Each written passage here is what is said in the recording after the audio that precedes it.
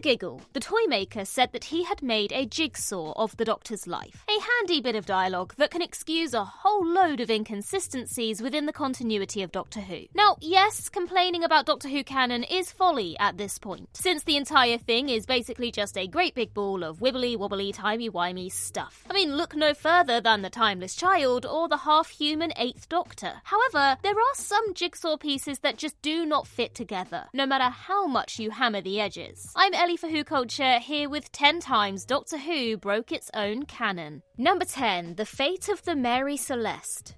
In 1872, the merchant ship Mary Celeste was found abandoned and adrift in the middle of the Atlantic Ocean, leading to decades of speculation about what happened to the crew. Was it an elaborate insurance scam? Was the ship attacked by a giant squid? Or was everyone chased overboard by Daleks? That's the answer that Terry Nation provided in the first Doctor serial The Chase, which sees the crew of the Mary Celeste attacked by time-travelling Daleks who are in pursuit of the Doctor's Tardis. When faced with the Daleks, the terrified crew jumps overboard, with anyone left on the ship likely being exterminated. Despite various non-canon comic strips and short stories offering different solutions, The Chase's explanation was accepted as the answer to the Mary Celeste mystery within the Doctor Who universe. That was until the Eaters of Light came along in 2017 and directly contradicted The Chase. Here, Nardole recounts the story of how an ambassador for an alien species called the Enzomedans digested the entire crew of the Mary Celeste before tragically choking on a lifeboat. So how do we explain this contradiction? Well, if we're being kind, perhaps the folks who worked on the Eaters of Light knew Nardole was wrong and intended for him to be relaying a second-hand story. Nardole is full of tall tales, so perhaps this is a rumour he's heard about the Mary Celeste's demise. But if we're not being kind, this is a clear contradiction of the actual historical event itself. Number 9. The Destruction of Atlantis.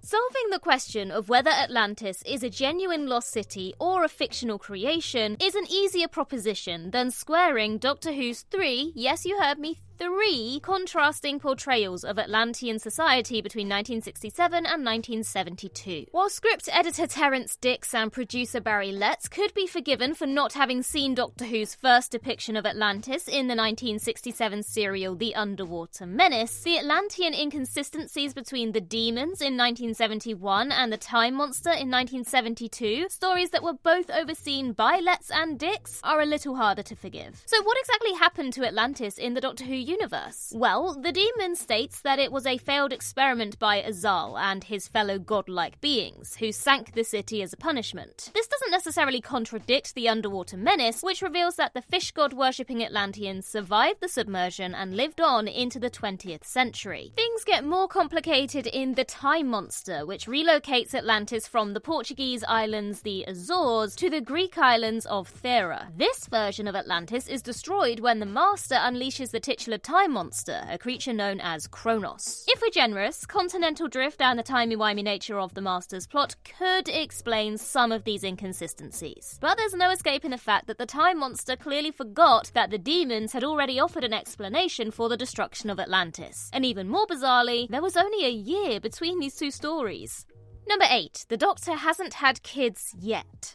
Whether it's refusing to give answers about the Doctor's family or the recent assertion that the Doctor hasn't had kids yet, Doctor Who has made various moves to conceal the Doctor's paternity. But that said, the Doctor definitely has had kids. They've told us as much several times over the years. The 10th Doctor told Rose he was a dad in Fear Her, and later said that he lost his children at some undisclosed point a long time ago. And hell, let's go right back to the beginning. The Doctor and Susan are introduced as grandfather and granddaughter, meaning that the Doctor must have had a son or a daughter first. There's nothing in Doctor Who's first 2 years to suggest anything other than the Doctor and Susan being family. So the Legend of Ruby Sunday's revelation that kids are in the Doctor's future and not their past directly contradicts almost everything we've known since 1963. If Susan's mother hasn't been born yet, then who are those kids that the 10th Doctor was telling Rose about? And how exactly does Susan end up at the other end of the Doctor's personal timeline? The fact that Russell T Davies was the showrunner when the 10th Doctor said he had kids, and when the 15th Doctor said he didn't, just makes this even more confusing. But don't worry, I'm sure the writer of Empire of Death will give us a perfectly satisfying answer to these questions. Having said that.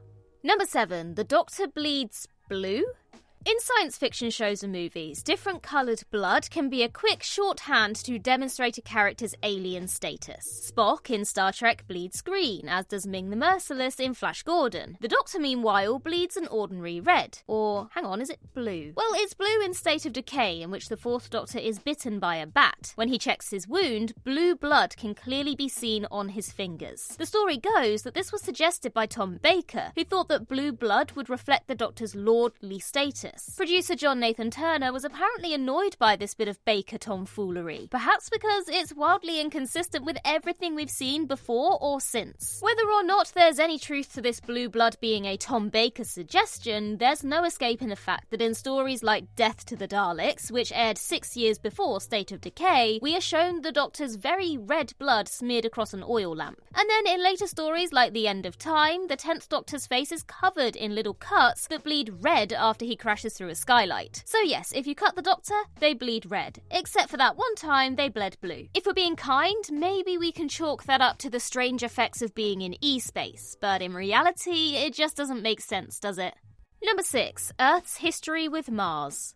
In The Christmas Invasion, soon-to-be former Prime Minister Harriet Jones refutes allegations that the Guinevere 1 probe, which was sent into space to explore Mars, is a waste of money, telling the cynical journalist that, quote, "The Guinevere 1 space probe represents this country's limitless ambition. British workmanship sailing up there among the stars." The implication here is that the British space programme is something relatively new, and that Guinevere 1 provides the UK's first opportunity to land on Mars. But wait, doesn't anyone care about history? Britain had already landed a probe on Mars decades prior to the Christmas Invasion in the third Doctor serial, The Ambassadors of Death. This probe was called Mars Probe 7, and unlike Guinevere 1, it was manned. However, Earth lost contact with the astronauts who had been captured by aliens. The Doctor then piloted a recovery craft to locate the astronauts and secure their release. The events of The Ambassadors of Death are completely ignored by the Christmas Invasion, and what's more, they're directly contradicted in The Waters of Mars, which states that the crew of the Bowie Base 1 are the very first humans on Mars. It's possible that UNIT covered up the whole Mars Probe 7 affair, but then again, there was a journalist present throughout the recovery mission, broadcasting live on TV.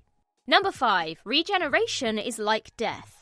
The 10th Doctor changed everything we thought we knew about regeneration when, holding back tears in a depressing little cafe on Christmas Eve, he told Wilfred Mott that, quote, "Everything I am dies. Some new man goes sauntering away and I'm dead." Except that's not been true of regeneration before or since the end of time, has it? After the very first regeneration in 1966, the 2nd Doctor explicitly stated that, quote, "Life depends on change and renewal," which affirmed the process as a means to extend life rather than end it. But it's not just classic Doctor Who that the cafe scene contradicts. Russell T Davies's writing creates an inconsistency with his own work earlier in the show. That's because, just a few years prior, the 9th Doctor regenerated into the 10th, all the while telling Rose that regeneration was a Time Lord trick to cheat death. Then, in the 10th Doctor's first full scene, The Children in Need Minnesota Born Again, he stressed to a deeply concerned and baffled Rose that he was very much the same man, just with a new face. Stephen Moffat would then appear to take a shot at the 10th Doctor's regeneration in the weeks leading up to Matt Smith's departure when he explained that, quote, "The Doctor doesn't die. He really doesn't. He just gets a new body. He escapes death. He evades death. So that's a triumphant ending rather than a sad ending." The 11th Doctor's regeneration would reflect this sentiment, reaffirming the process as a change of body rather than a change of mind, exactly as it was introduced all those years ago. So is this a canon inconsistency, or evidence that the 10th Doctor was being a bit too melodramatic? Well, when Russell T Davies and David Tennant returned to Doctor Who in 2023, they essentially confirmed that Ten was being a crybaby when the 14th Doctor told Donna and Mel that regeneration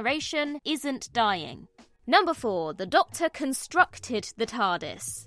In the 2 non-canon Peter Cushing movies, the Tardis is presented purely as the invention of the Doctor. But this was something that was a bit more ambiguous in the early days of the main TV show. While Susan claims to have created the Tardis anagram, there's nothing to confirm that the Doctor and Susan built their machine themselves. That is until the 1965 First Doctor serial The Chase, in which the Doctor claims to have constructed the Tardis. Whether the adapted screenplay for the first Cushing movie had seeped into Terry Nation's Captain's mind while writing the chase, or whether the Doctor is actually talking about his time path detector, which he's also discussing in this scene, is anyone's guess. But the idea of the Doctor building the TARDIS himself is directly contradicted by everything that's followed. We've visited Gallifrey and seen lots of other TARDISes lined up like it's a car dealership, while the name of the Doctor briefly took us to a TARDIS repair shop. It's also been mentioned multiple times that rather than building the TARDIS himself, the Doctor just pinched one and ran away. Maybe the first Doctor just wanted to sound more like a brilliant inventor and less like a common thief.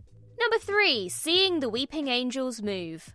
Blink firmly established that the Weeping Angels could only move when they weren't being observed. Brilliantly, this meant that we, the viewers at home, could hold an angel in place by watching it on our TVs. This little flourish from Stephen Moffat and director Hetty MacDonald placed us firmly in Sally Sparrow's shoes, and implanted the terror of the angels in the mind's eye of a generation of kids. Which is why it was utterly baffling when, in Flesh and Stone, showrunner Stephen Moffat and director Adam Smith decided to show us the angels moving. While it's understandable to build tension as a blinded Amy Pond tries to navigate the angels on some uneven terrain, this sequence took a rocket launcher to everything that had been previously established about the lonely assassins. It's not just the fact that viewers should be able to hold the angels in place. It's the fact that both Blink and the Series 5 two-parter clearly show that the angels can move great distances in the blink of an eye. Literally. So when they do start moving, Amy should last less than a second. Seeing the angels turn their heads really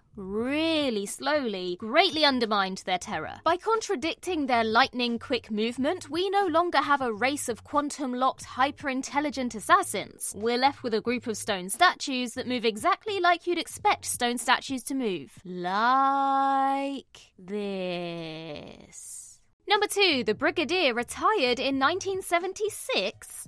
When UNIT was first introduced in 1968's The Invasion, there was a broad suggestion that they were a military organisation from a few years in our future. This largely holds throughout the Pertwee era, and it also explains why Sarah Jane Smith states that she's from 1980 in Pyramids of Mars, which was broadcast in 1975. Meanwhile, a retired Brigadier Lethbridge Stewart is called back into service over a decade later in the serial Battlefield, which is set in 1997. All of this would be fairly watertight continuity-wise, if it weren't for the existence of Mordrin Undead. This notorious 5th Doctor serial tells us that the Brigadier left UNIT in 1976. This is particularly problematic not just because it's 4 years before Sarah Jane's time, during which the Brigadier was still working at UNIT, but also because it totally breaks the entire UNIT timeline. One of many ways this breakage occurs is if we look at the original Radio Times listing for The Invasion, which states that the story takes place in 1975. So if the first appearance of UNIT was in 1975 and the Brigadier retired in 1976, that would mean the entire Pertwee era, Robot, and Terror of the Zygons took place in less than 12 months. No wonder the Brigadier had a nervous breakdown. Number 1. The Doctor leaves the TARDIS brakes on.